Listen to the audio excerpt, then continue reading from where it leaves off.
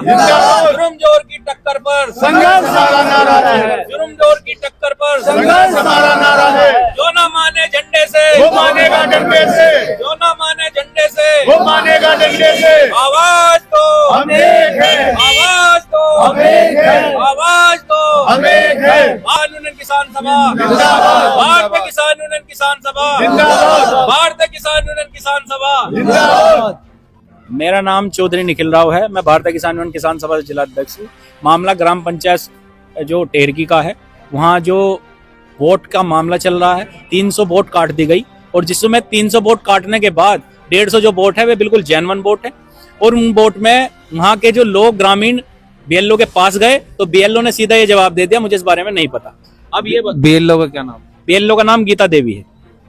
अब ये है मामला कि क्या लोकतंत्र में वोट डालने का भी अधिकार नहीं है? अगर जो हर व्यक्ति से वोट डालने का अधिकार भी छीन लिया जाएगा तो व्यक्ति करेगा तो करे क्या? हिंदुस्तान की नागरिकता तो वैसे ही खत्म हो जाती है वोट डालने की। जो वोट नहीं डाल सकता वो हिंदुस्तान का रहा ही नहीं। तो इनका सीधा सीधा फंडा है कि एक समाज को सीधा टारगेट करना, और ये हम होने नहीं देंगे।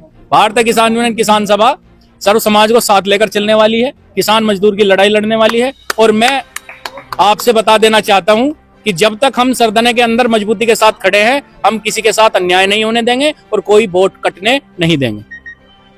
अच्छा, जैसे आप लोगों को पता चला है कि 300 वोट काट ली गई है, आपने उस विषय में बात की बीएलओ से, तो क्या जवाब आया? ग्रामीण लोग जो बीएलओ से बात करने गए तो उन्होंने कहा कि मुझे इस बारे में नहीं पता, जबकि पिछले 20 वर्षों से वे लोग वोट डाल रहे हैं। तो ये जो बीएलओ है, पहला तो ये मेरी समझ में ये नहीं आया कि गांव की जो ही बीएलओ बना रखी है, गांव में बीएलओ बनाने का मतलब क्या है? गांव की बीएलओ बनाने का मतलब क्या है? एक समाज को सीधा सीधा टारगेट करना। और ये जो चुनाव के कारण हो रहा है, ये जो गांव के अंदर चुनाव चल रहे हैं, ये रंजिशन मामले हैं। और मैं चाहता हूं कि अभी आज हमने नायब तहसीलदार, जो हमारे एसडीएम साहब यहाँ थे नहीं, नायब तहसीलदार भूपेंद्र जी आए, हमने उन्हें कहा कि आप इस पर निष्पक्ष जांच करो। हम ये नहीं कह रहे, हमारी किसी पर्सनल लड़ाई नहीं है कि भाई हम किसी को टारगेट कर रहे हैं।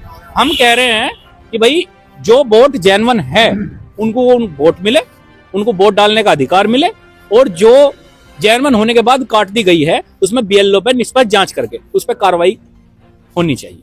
तो क्या आश्वासन दिया गया आज? तो इन्होंने मुझसे, जो भूपेंद्र जो है नायब तहसीलदार, इन्होंने कहा कि हम जांच करा रहे हैं और जांच करा के जो गलती मिलेगी, बीएलओ होगा उस पर कार्रवाई होगी, या जो भी मामला होगा उसको मजबूती के साथ ये अपना निष्पक्ष जांच करेंगे।